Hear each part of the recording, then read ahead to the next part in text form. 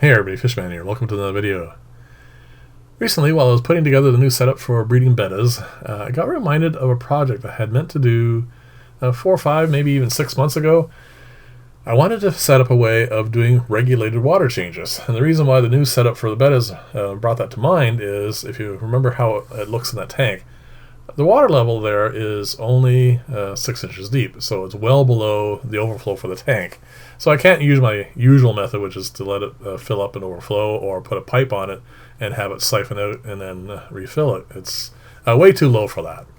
But I also have, from time to time, when I'm doing much larger water changes on some of the lower tanks, it takes a little while for the lower tanks to drain. And I don't like using a siphon for them, because if I have a siphon, I have to watch it or hold on to it and basically keep an eye on it and then restart it if, when it's done. And then, of course, move it from tank to tank. And it requires a lot more attention than I want to, pay to it. So I decided what I wanted to do was use a small water pump, as you see here.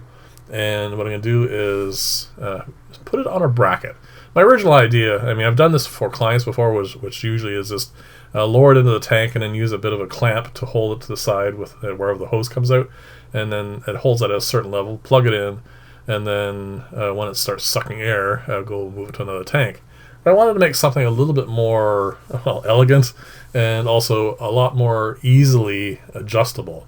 So what I'm going to do here is I'm going to take this pump. I really like this style of pump anyway, and I'm going to use these rather convenient little foot pads. I'm going to make 4 acrylic, basically buttons or small bolts that are going to fit in through the slot and protrude through the bottom there. And then I'm going to weld that onto a piece of acrylic. So this pump will become completely mounted, and then I'll be able to put that onto a bracket. And that bracket I'll be able to adjust exactly how much distance from the top of the tank that I need, for whatever water change I want to do, whatever percentage I want. Obviously, this is going to require a little bit of calibration, and I'm not going to get to that today, but I want to get at least the meat of this all set up and set it in a tank, see if I like the look of it. And of course, the hard part here is getting these things just to the right just the right amount of this is going to be the little nub part that's going to stick through the bottom part of the foot pad for the pump, and there's only a certain amount of that can stick through.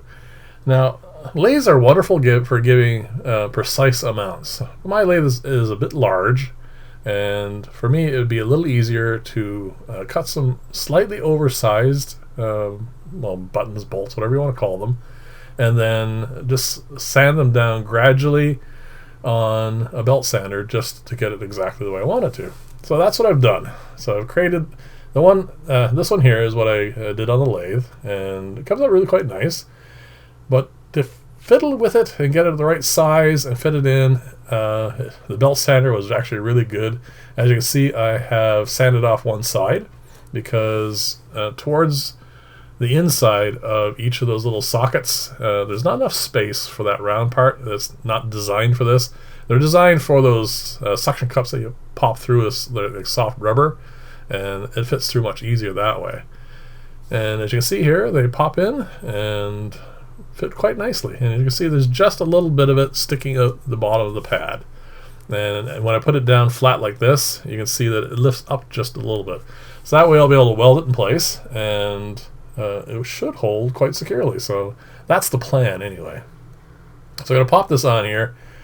Unfortunately, because of their small size and the awkward angle, you're not going to get much of a view for the weld up here. But there's really not much to show. It is a very, very small amount of methylene chloride that it takes to get these set in place. Unfortunately, or fortunately, I'm not sure which way you want to look at it, the pump housing itself is not polycarbonate. If it were, I could just weld this directly onto the acrylic plate, and that would be perfectly fine. Now, if you don't have all the fancy tools, you still can do this on your own. All you need to do is, instead of making these little pads or nubs or buttons, whatever you want to call them, what you can do instead is drill 4 holes where you want to place this on the acrylic piece, because you can't get any kind of glues to attach to acrylic except well, this is not a glue, this is a weld, a chemical weld. So what you need to do is drill 4 holes, take some sort of clamp and clamp this pump to it, and then either use epoxy or silicone and squeeze it so that does the exact same thing that the suction cup does, which is exude through and create a little bit of a button there. And because it's going through a hole, you can leave a little bit of a overlap on the far side, and then basically the glue will set and it'll hold everything in place, and it doesn't really matter that it is not hanging on to the acrylic actually at all. It's just going to form something that holds onto itself, and it'll be just as functional. I wanted to do it this way because there's no real reason for it. So now I need some tracks. So I'm going to take a piece of acrylic and I'm going to route out 2 tracks for the bolts are going to hang onto this thing. Now, when you saw the last clip with the actual mount for this on the pump, that's going to need to be cut down. But during the initial process for this, I wasn't entirely sure how to mount it, like how I was going to mount it. So I just wanted to make sure I could actually mount it in the first place.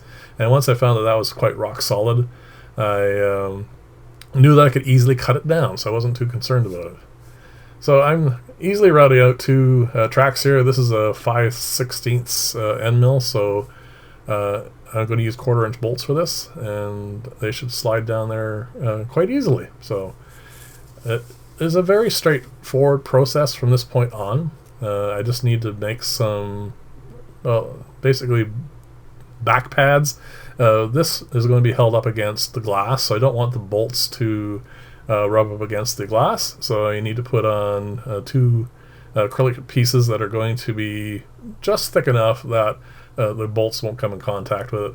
And then it's a simple matter of, after that, of just putting on a L bracket or J bracket, I guess, to hold this all in place, and then bolt it on, and that's it. That's pretty much all there is to making something like this. It's very quite straightforward, except for the fact you do need a little bit of specialty equipment like this to do the routing.